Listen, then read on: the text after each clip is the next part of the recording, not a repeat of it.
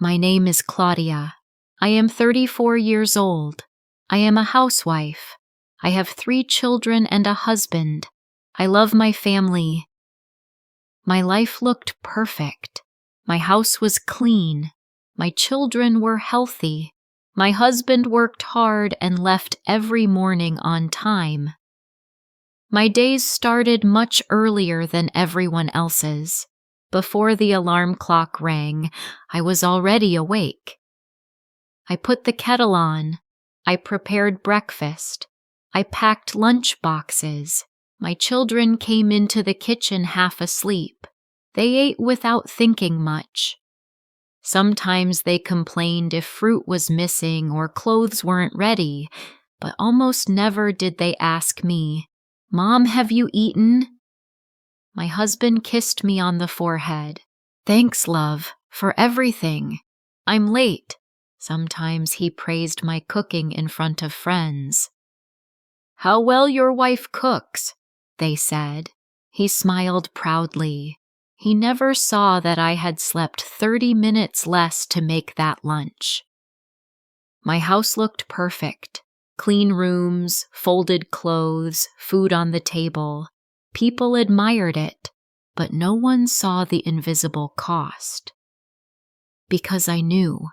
I was always available. I always said yes. I always fixed everything.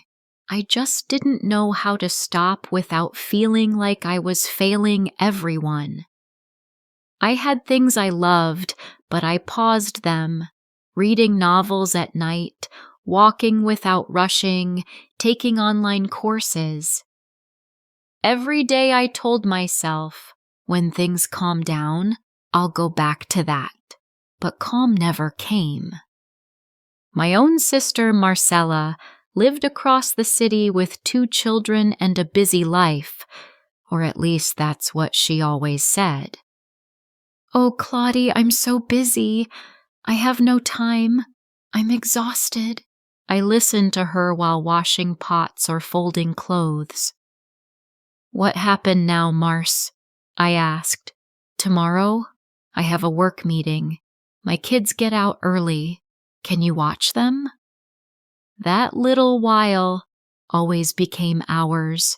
I looked at my tired body, my mental list of tasks, and said what I always said. "Yes, send them over." Marcella smiled. "You always save me. You're good at everything." It sounded like a compliment. But deep down, it was a sentence. "You can handle everything, so I will leave more for you." When the kids' school asked for a special donation, she called again. "Clow, could you make something for the class? You're at home anyway." And when there was a birthday, people wanted it at my house. It's clean, nice, and cozy. Marcella said she would help. Most of the time, she didn't. After everyone left, I stayed alone, cleaning dishes and picking up leftovers. At home, things were similar. I loved my husband and children. They weren't bad people, but habit had made them expect me to do everything. "Mom, I need red cardboard for school," said one child. "Mom, can you make something to share?" said another. "Did you wash the blue shirt?" asked my husband. No one asked, "Are you okay? Do you have time?" I pulled out a mental notebook. Red cardboard, something to share, wash shirt, go to the bank, reply to Marcella, prepare lunch, remember parents' meeting.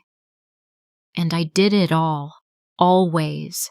They didn't see my back pain. They didn't see I hadn't eaten. They didn't see I was exhausted. They only saw everything works. And when everything works, no one asks which piece is about to break.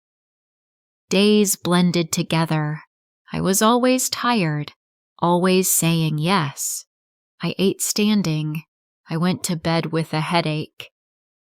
My yeses piled up like dirty dishes.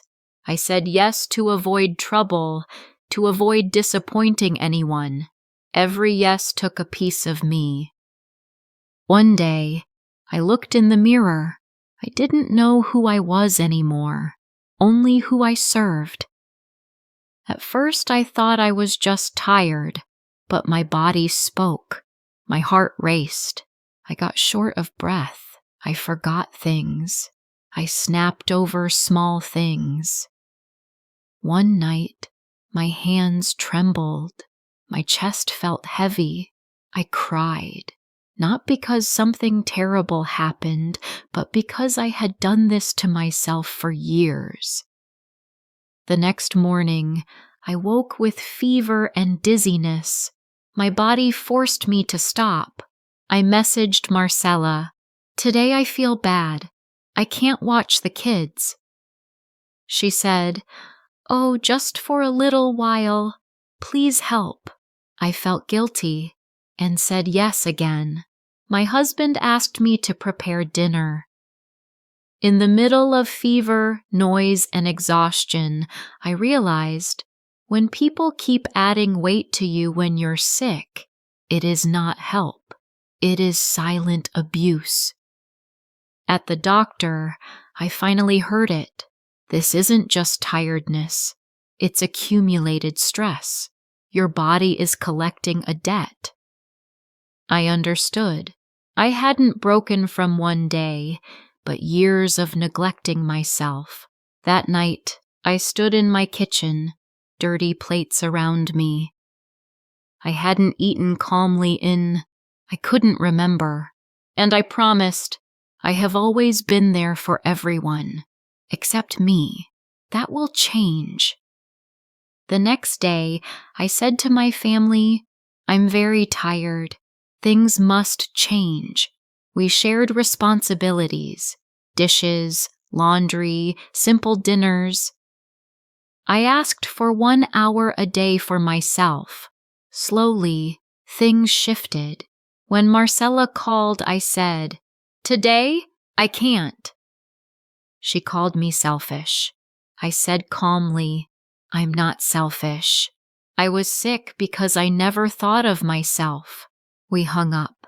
I felt relief. I walked alone sometimes. I read again. I took my course. I didn't stop being kind. I just stopped being last. Saying no to what destroys you is saying yes to life. So I ask you, where are you on your own list? Are you first or last?